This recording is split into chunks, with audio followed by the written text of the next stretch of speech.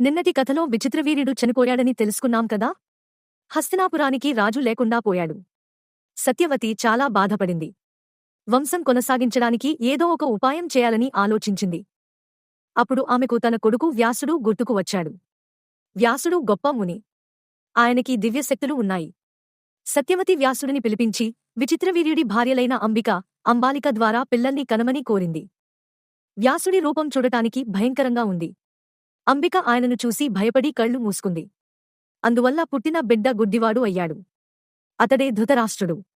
అంబాలిక కూడా వ్యాసుడిని చూసి భయపడిపోయింది. ఆమె ముఖం తెల్లగా అయిపోయింది. అందువల్ల పుట్టిన బిడ్డ తెల్లగా, బలహీనంగా ఉన్నాడు. అతడే పాండురాజు.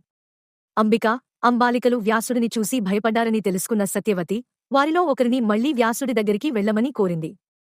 అంబాలిక తన దాసిని పంపింది. ఆ దాసి వ్యాసుడిని చూసి భయపడలేదు.